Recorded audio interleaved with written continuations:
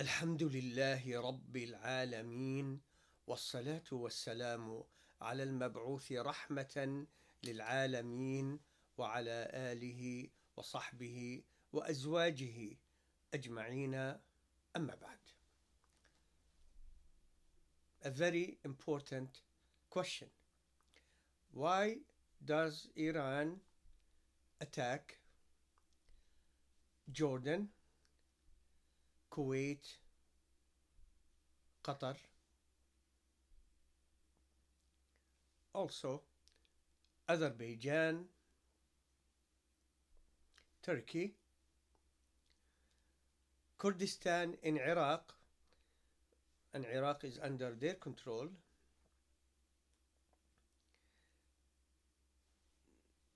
Why? It's very difficult to explain to people things they don't want to hear. I was in Europe, came to America after that when the Iranian revolution started. Before that and after that, I read extensively about the revolution itself, the history of Iran, Persia, and the Gulf, the Arabian Gulf. They call it Persian Gulf, it's the Arabian Gulf, and about the Shia sect and group, all types of Shia sects and groups. This is before I started authoring, translating books. Allah blessed me and my family to produce more than 70 so far. Between translations, authoring, all the books are about Islam, all are in English. You will find some of them on our website, islamlife.com. Islamlife.com. You see some of them here next to me. So it is my interest to talk about this topic, and we have books about the Shia and their ideology. I said I was in Europe and then came to America just before and after the Iranian revolution started and then succeeded. Actually, I remember one day I was in Hyde Park. This is 1978 in London. Hyde Park. I wanted to go and see what's going on there. People go on Sunday and they talk about all types of things. At the time, the Iranian students in Britain, this is just before the revolution succeeded. They used to go to Hyde Park and talk like everybody else, talking.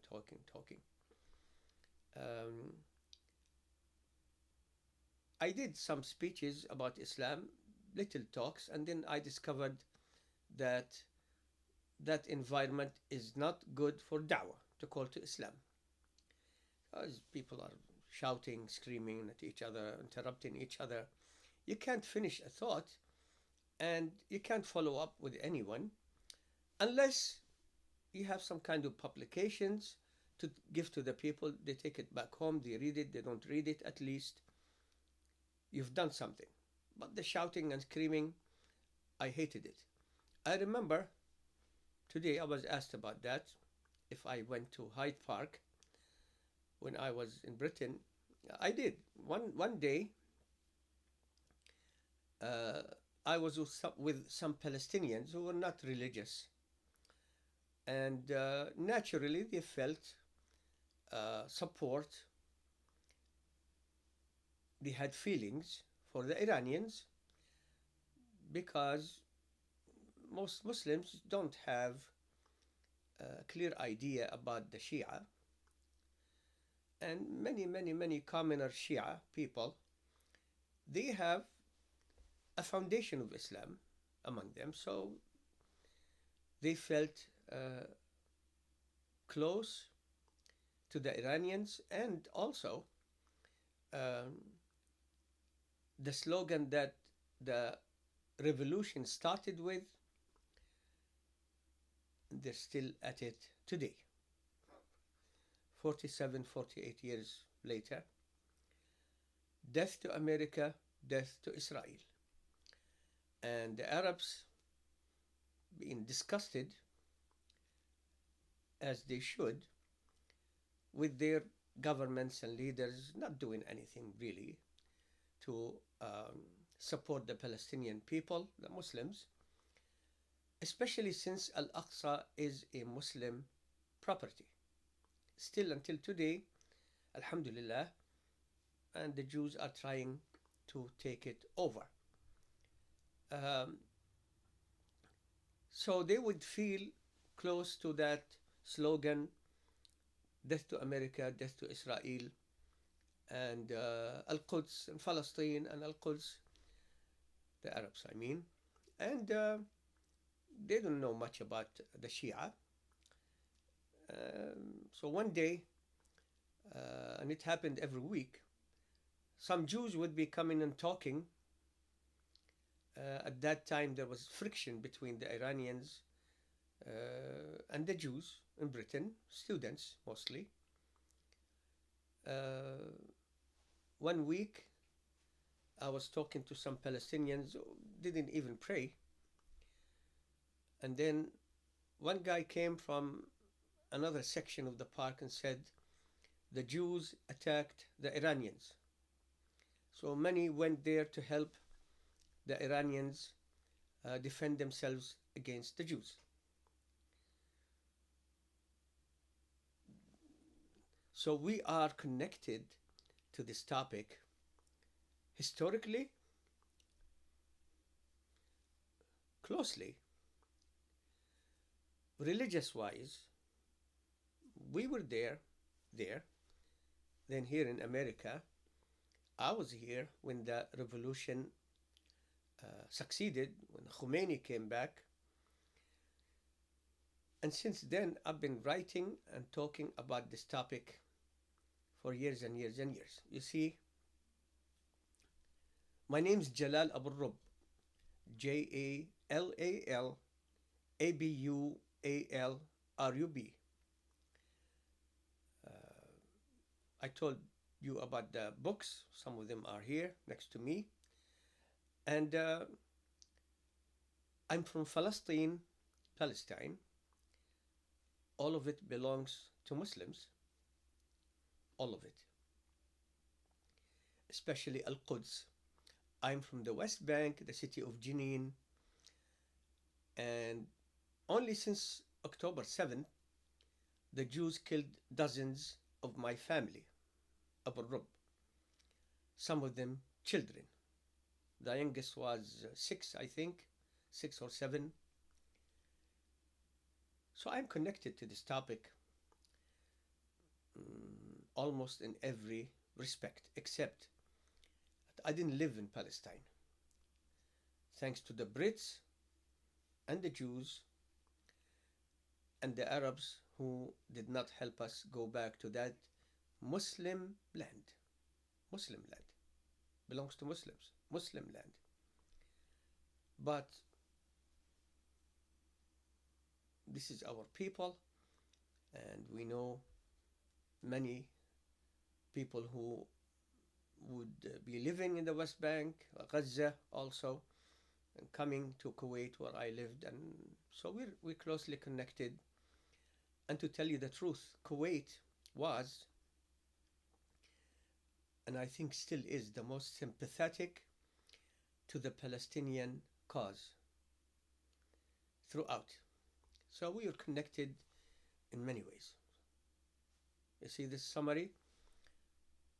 So the slogans, death to America, death to Israel, gained popularity among the Arabs, especially the Palestinians, who are disgusted, to say it again, with the Arab leaders and systems that are not doing what they can and what they should to take back this Muslim land. It's a Muslim land. Here is how impossible it is for the Jews and Christians to exclude the Muslims from Palestine. Temporarily, they have the upper hand. There's still 5 million Palestinians living in the West Bank and Gaza.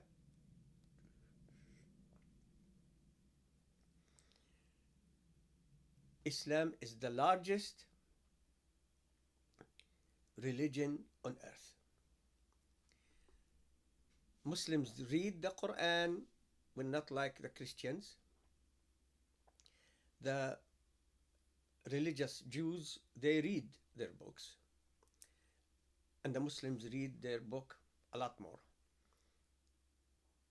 In Surah Al-Isra, chapter Al-Isra, the journey by night of the Prophet Muhammad sallallahu alaihi wasallam, the blessings and mercy of Allah on him, from Mecca to Jerusalem, Al-Quds, and then to heaven.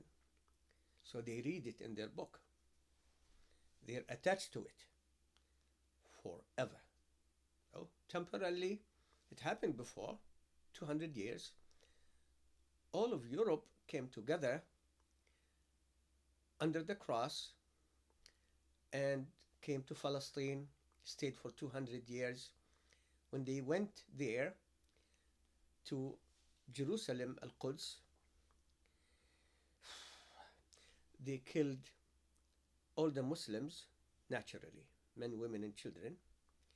They exterminated the Jews and the Christians who were there, stole the gold from the churches, and raped some of the nuns, to the extent that one of the people who was writing the history of the Crusades, he was one of them,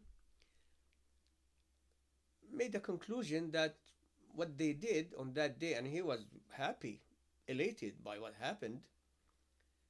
He became a bishop somewhere in Europe later, or a priest. What's the difference? He said this made the Easterners conclude that the Europeans, the Christians, during that time, the Crusaders, believe in nothing save blood and money. 200 years, all of Europe. Then they went out and back to where they came from. Death and destruction, 200 years. So today is temporary. So the Arabs are disgusted with their leaders, and I say they should be disgusted also with the commoners. See? Not today. We'll talk about that later. Not today.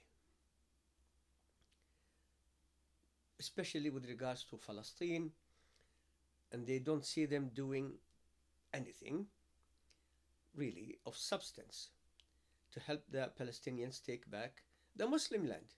It belongs to Muslims. It's in the Quran. So when the group of the Shia and Khomeini, his people were very organized. They took over Iran from the Shah. His son now is dreaming of going back and being the Shah of Iran again.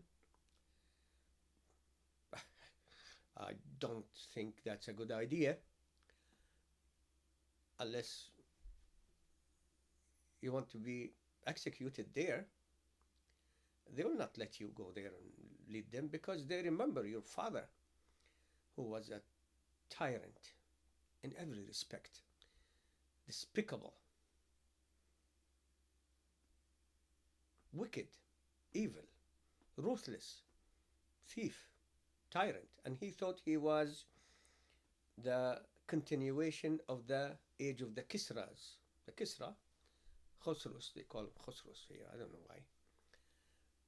The Persian emperors before Islam came, he thought he's continuing. He wasn't. His father was in the army, and he didn't have in his ancestors kings, but he thought he was, and he was acting like uh, a peacock. That's the name of the throne. Arsh al-Tawus, the throne of the peacock. And he murdered his people, and he stole and acted like a king. Iran has very talented people, different peoples, not only Persians. Persians about a half. They have Azaris, they have Baluch, they have Arab, they have Kurd, they have Turks, they have. So they have all kinds of nations there, held together by force, and talented people, big country. So he did some improvements, and he built a strong armed forces, especially the Air Force. And he thought he would be the superpower in the Gulf area on behalf of the West. And he was very, very friendly to Israel. And the people of Iran, so many millions of them Muslims, ordinary Muslims, commoner Muslims, but they have feelings for Palestine and Al-Quds, and also against the tyrant. And Khomeini, his people were very organized, and the revolution succeeded. So from the beginning, they were talking about death to America. America was the oppressor, no doubt, no doubt. And therefore, they wanted the slogan, so that the slogan is to, in their minds, pay back the West and America for what they did. And they were terrible, the West, through the Shah and his regime in Iran. Terrible, terrible people. Wherever they go, the native population becomes poor, oppressed, and tyranny rules over them, supported by the West. So the slogan, Death to America, was natural to them, and it was almost unanimous. Death to Israel is because Israel was into Iran a lot, and they don't want the Jews. The Iranians, Shia or Sunni, they don't want the Jews.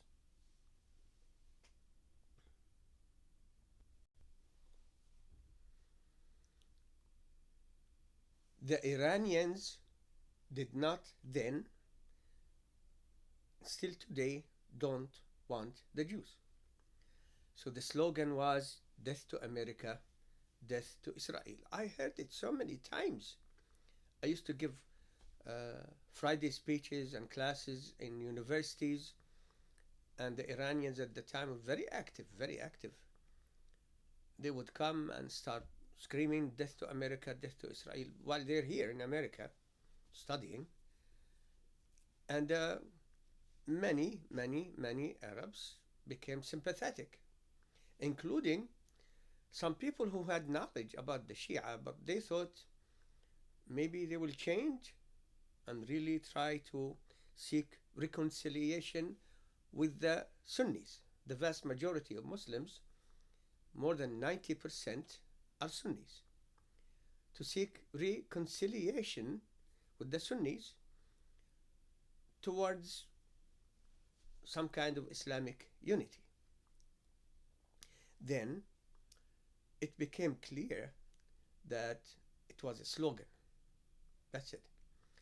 Their real intention was to export the revolution. They were talking they were talking about the Muslim and Arab rulers, especially in the Gulf area, as being tyrants, as being pro-West and cowardly towards Israel. And many Arabs were enthusiastic about this until today, many of them. The real reason for their reaching out to the vast majority of Muslims is to spread the revolution and spread their religion among the Muslims. They had no intention of changing their religion. Let me tell you something. Whether you're Muslim or not, if somebody says, for example, that, okay, I'm a Muslim, what's your book? The Quran. It was corrupted and changed. Who's your prophet? Muhammad. He collected around him some of the most wicked, evil people for companions, and they lied. Whatever they said the prophet said or did, it's a lie, and they changed the Quran. Muhammad collected the most wicked women for wives, and the religion of Tawheed, dedicating all acts of worship to Allah alone. We can invoke dead people, Ya Hussein, Ya Ali, Ya Zahra, Ya whatever. You should be saying to them, you're not Muslims.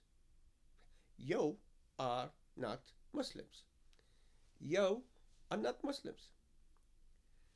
The commoners with the emotions to them, the slogan was more important about the wicked religion they were spreading among Muslims. Revolutions, and they have people who support them in different areas attacking the Muslims.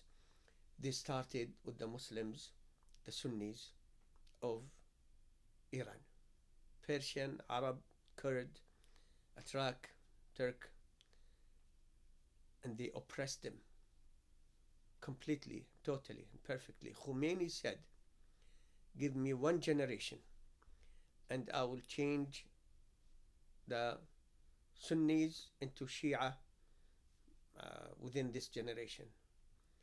And the oppression was unimaginable.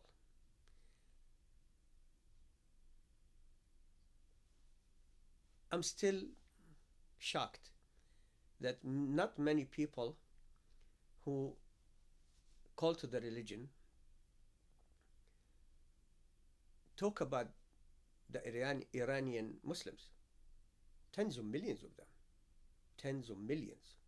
We don't know exactly the percentage. Could be 1/3 of Iran Sunnis, Muslims, commoners. That's 30 million. Who's talking about them? What happened to them for 5 decades almost? Even before that, under the Shia, who had no religion. He was just a massive tyrant. His son is dreaming, I'm gonna go back and they're gonna be lining up the streets. Welcome to the Shah, welcome. It's not gonna happen. And let the people in Congress clap for you as much as they like. You will not last. Just give it up. So, starting with Iran, and then they started threatening Iraq. Even though Iraq gave refuge to Khomeini before he went to France and then back to Iran and became the leader there, threatening Iraq because Iraq, sadly, so many Sunnis from Iraq were telling us the Sunnis are a majority in Iraq. The Shia were saying we are the majority. It turns out that the Shia are the majority. And Saddam Hussein was a tyrant against Islam and Muslims, Sunnis and Shia. He brought disasters, especially starting with the war against Iran. But Iran, the mullahs there, when I say Iran, I'm talking about the mullahs, specifically the Ja'fari, the Twelvers, the Imami sect or among the Shia, which is the dominant one. They were threatening Iraq continuously and revolution, because they thought Iraq is theirs. There's lots of oil, and Iraq also has talented people. These are ancient nations in Iraq and Persia and Syria, ancient.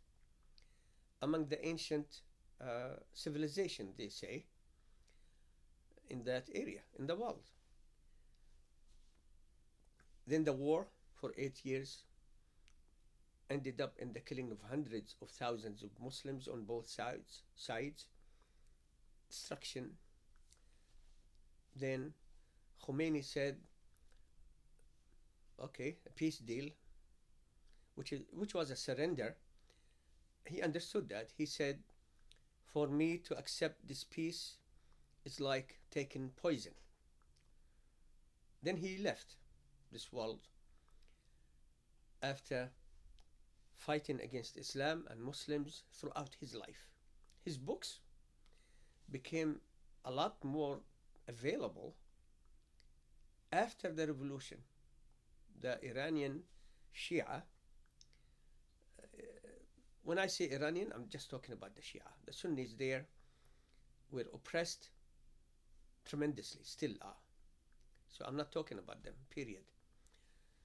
May Allah help them. May Allah help the commoner Shia too, because they suffered for 5 decades.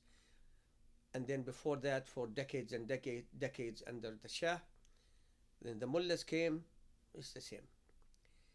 Anyway, so the Iranians in America, when I was here, they were distributing the books by Khomeini in Arabic and in English, such as Al-Hukuma Al-Islamiyya, the Islamic government.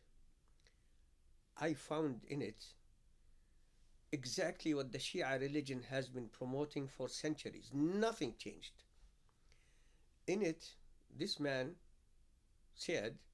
wrote that the Imams, the 12 Imams, the descendants of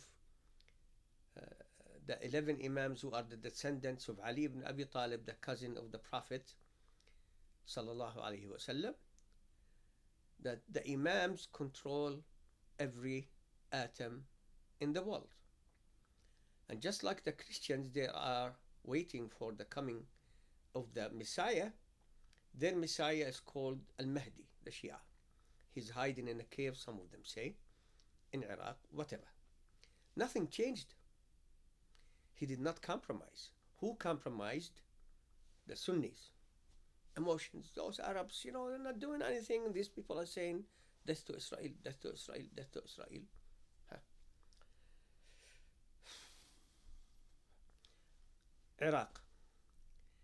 And then Saddam thanked Kuwait and Saudi for their support during the war by invading Kuwait. And then the history, I hope it's known to, the first Gulf War, the second Gulf War, and whatever, and the invasion of Iraq, the invasion of Afghanistan, death to America from the Shia. You would think They don't like the Americans to occupy Afghanistan, but they did nothing because the Sunnis are being occupied by the Americans. Let them. They didn't help. Period. Nothing. Zero. They didn't help against the communists. And then Iraq was occupied, and the Shia thought that this is it. They went into Iraq, and Iraq is under their control today. And they did to Iraq what they did to Iran. The mullahs stole the money. The economy, dead. Dead. The people are as poor as ever. They're spreading their religion, and it is a massive, massive tyranny under the mullahs. Wherever they go, the economy dies. And religious freedom for the Sunnis dies with it. Death and destruction. So many Muslims were killed in Iraq, in the hundreds of thousands. The Shia were the culprits behind that. They didn't do anything when the Americans were there, except for some Arab mullah rebels. They were attacking the Americans, and then the Americans in the end said, oh, you can have a part in the government of Iraq. And they did. So, where is death to America so far? Can't see it. Then, later on, years after, Yemen has, I think, a majority of Sunni and also Shia, but not the kind of Shia that rule Iran and Iraq today. The Ja'faris, the most dominant throughout history, still are. They are called the Zaydis. Before, the Zaydis were better than today. However, they were not Ja'faris. They are not Ja'faris. The Houthis became Ja'fari.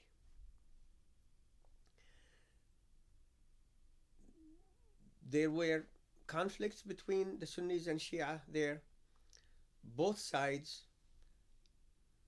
are communists in the religion, to say the least. So we're not talking here about religious people who understand the religion, whatever. No. And the Houthis now control north of Yemen. Ja'faris. Theft, death, destruction. Death to America, death to Israel, death to America. Didn't happen. And Khamenei, who became the Grand Mullah after Khomeini died, and he died just a few weeks ago, so for tens of years, he was really, really organized in spreading tyranny, death and destruction among Muslims, theft. Khamenei organized the Shia empire in Iran and Iraq like never before, really. Death, destruction, theft, and concentrating the economy not for the people. No, the people are as oppressed today as they ever have been under the Shah, then Khomeini and Khamenei. No change. And they were given the Shia slogans, Shia religion inside there. They don't hide any of their religion. They didn't change, you know. They just say slogans and let those naive Arabs get excited. So Khomeini was literally a tyrant. Khamenei, a bigger tyrant. And he was killed a few weeks ago. and they say his son, um, nobody saw his son after, whatever. Khamenei went into Syria after Hezbollah was established in the early 80s uh, with support from Khomeini in Lebanon. And they kept growing, growing. Now, Lebanon is under the tyranny of Hezbollah, the Shia, Ja'faris. You see? Death to America, it didn't happen in Lebanon either. They went into Syria, Khamenei, and they did there what the Jews did to us in Palestine. Expulsion, theft of homes and farms, death to men, women, and children in the hundreds of thousands. Hundreds of thousands of Muslims were killed in Syria by the Shia regime there, Al-Assad. They are a type of Shia that even the Ja'faris call them disbelievers. But they came to support Al-Assad because it was against Sunnis, Muslims. They killed hundreds of thousands, close to 500,000. The numbers are not really clear. 10 million Syrians, mostly Sunni Muslims, had to leave the country. Until last year or year before, forgot, Alhamdulillah, I think it was last year, the Muslims took back Syria from Khamenei. And Khamenei thought, I have Iran, I have Iraq, I have Lebanon, Syria. So from Afghanistan to the Mediterranean, here comes Kisra, wearing a turban, and he's a mullah. He thought the Kisra Empire, Persian Empire, is back. You need to hear this. At the expense of hundreds of thousands of Muslims killed in Lebanon, Syria. And Hezbollah, while saying death to America, death to Israel, sent 30,000 fighters into North Israel to support Gaza, into Syria. And they killed men, women, and children. And they discovered mass graves for women and children by Hezbollah. Hezbollah, Hezb al-Shaytan, the Hezb of the devil. So, you have Lebanon, Syria. They thought they can expel the Muslims and build an empire for the Mahdi and wait for the Mahdi to escape from his cave in Iraq. Some Shia said, no, he's not there, whatever. And they say that the Imam, now the last one, the Mahdi, according to them, he's alive. According to them, he is alive. So according to Khomeini in his books, and we read his books, as I said, he emphasized the Shia religion in every respect. Nothing changed. They didn't give up anything, period. And they were giving his books for free to those naive Arabs who don't seem to understand the speech. They start with death to America, death to Israel, death to Islam and Muslims, death to America, death to Israel. Yeah, we support you. See, Khomeini, his religion.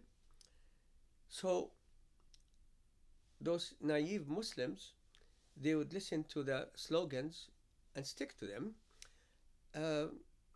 Now you have the mullah sitting in Tehran from the borders of Afghanistan, Iran, Iraq, Syria, Lebanon, and Yemen. So the plot is working very hard, very quickly. And they do nothing about death to Israel. The Hezbollah didn't go to Palestine. Iran didn't fight Israel, period. None. Zero. Until today. They are being hit by the Jews. That's different.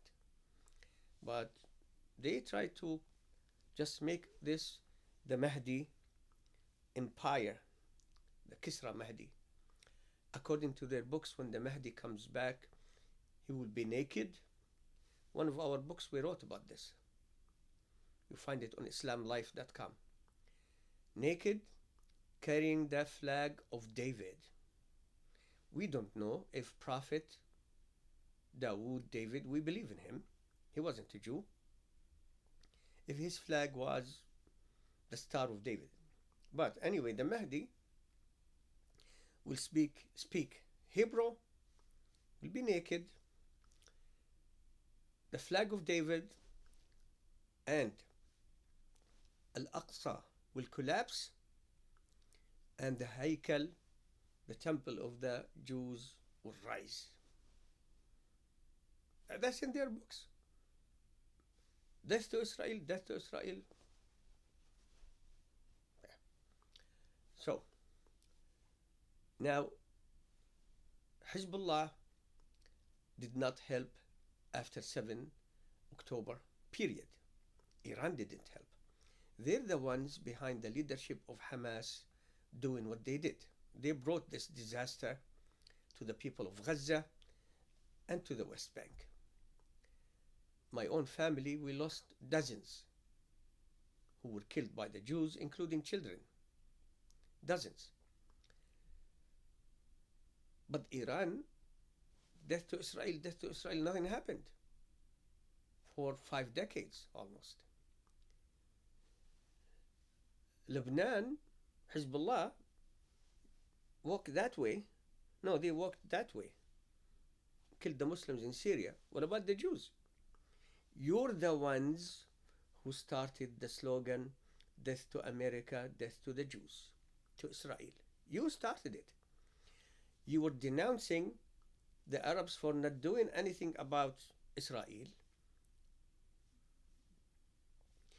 And you wanted revolutions in the Sunni areas because death to America, death to Israel. This is 50% of the slogan is death to America. Nothing happened. It's just Americans keep hitting them. Nothing happened to America, death to America. They're hitting Iran by the tens of thousands of infrastructure that belongs to the Muslims of Iran, not to the mullahs. Death to Israel, they never attacked Israel, period. None. And the Arabs said, look at the missiles, this missile and that missile. Really? Really? You're happy, huh? What happened October 7 when Hamas leadership, I'm talking about the leadership, started what they started, but you never attacked Israel to relieve the pressure on the Muslims of Gaza, mostly Sunnis, all of them except for a few are Sunnis. You didn't do anything. So all these missiles that now they are shooting at the American areas, bases, and at Israel, how come they didn't come when the Muslims in Gaza were being slaughtered by the Jews? 100,000. Those Jews didn't have a religion. Their book says, go to this town, kill every man, woman, child, suckling infant, ox, sheep, camel, and donkey. So they have no religion. So how come you didn't relieve the people of Gaza? The missiles that are impressing the naive, emotional Arabs today. Look, they're hitting Israel. How come they didn't hit Israel when Gaza started? It would have been a great relief. Let me tell you something, and I'll give you my name again. Jalal Abualrub, JALALABUALRUB. IslamLife.com. You'll find many of our books and this very important book, the 3rd edition of Holy Wars crusades, jihad. Comparison, 400 pages of knowledge. A comparison between the rulings of warfare found in the Old Testament, the New Testament, the Quran, and Sunnah. You'll find this book there on our website, islamlife.com. I have been saying for decades that since I was young, I came to the conclusion that the Arabs don't want to fight Israel. So, it's not that I'm saying the Arabs are, no, they're not. But they haven't been saying the slogan that the Iranian Shia Ja'faris started with. Still saying, death to America. Never came. Death to Israel. Never came. Israel has been hitting them. They retaliate. How come you didn't shoot all these missiles when Hamas was flying, what they call this thing that they forgot the name in English, over the fence into our land, Palestine? They call it Israel. How come you didn't start all these missiles, thousands of missiles, and we have missiles that are hitting in the middle of the earth, and why? Really? You didn't help your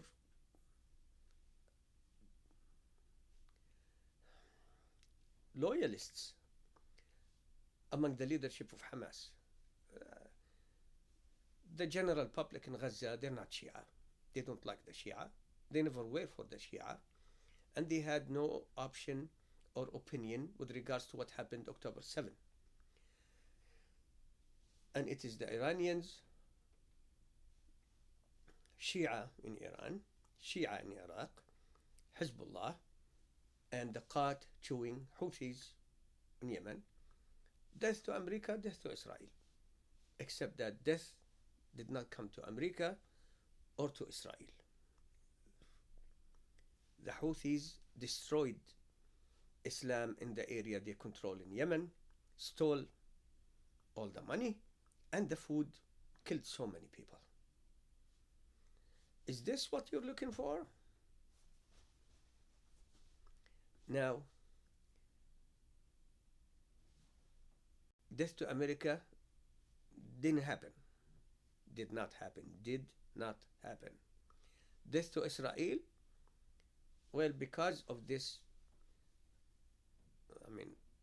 they kept talking about their armed forces and the revolutionary guards, and we have this and that, and we built this and that.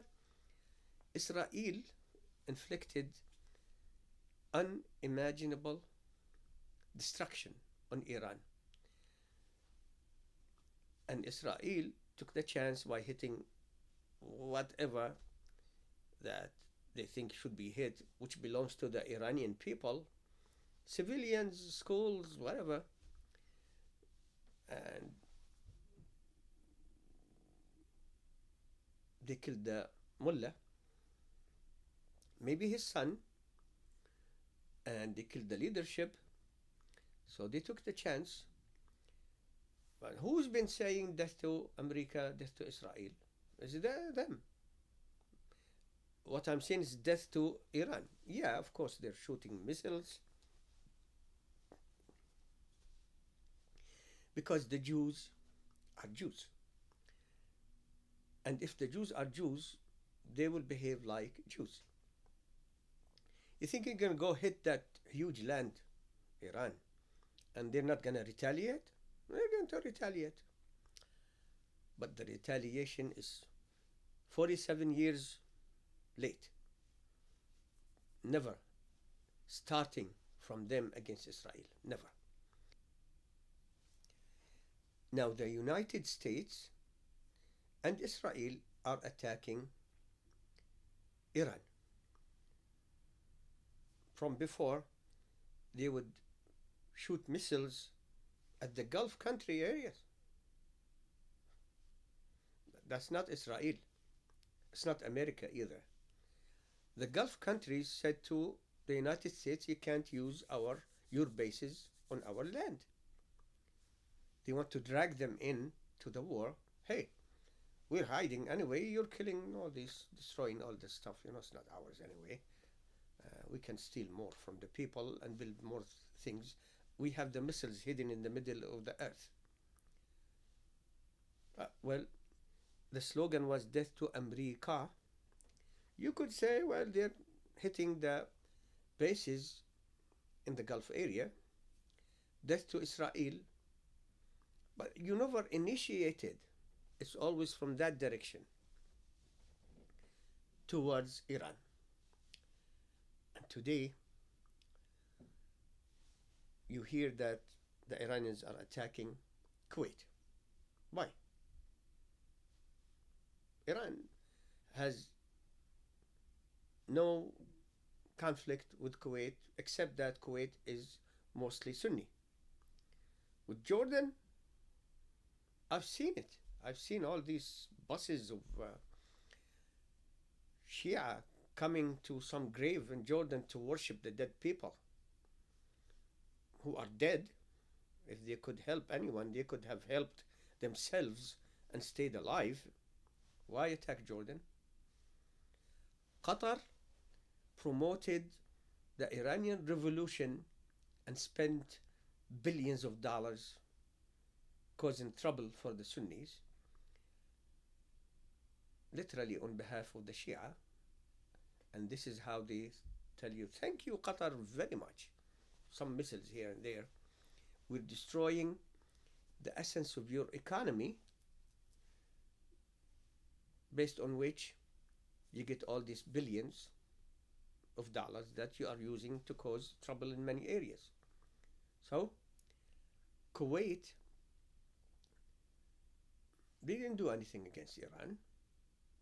And, Saddam, whom the Shia hated very much, is the one who caused Kuwait to have those bases, American bases, because they're thinking that anytime somebody is in Baghdad, yeah, Kuwait is ours, let's walk in. Jordan had no share in the wars against Iran, except the second Gulf War. They allowed the Americans to use their bases there. Qatar, Azerbaijan, they're Shia. They're Shia. Turkey, it's stronger than Israel, even though the Jews think otherwise. Why attack Turkey? Azerbaijan, unbelievable. Now they are attacking the Emirates and Saudi, understandable. Oman were acting like we're neutral. We have nothing to do with nothing, whatever, with anything. We have nothing to do with anything. They're attacking Oman and they're threatening everybody else. Why? Is it within Death to America? Somebody says, well, they have bases there, but they haven't used the bases this time against Iran, against Israel.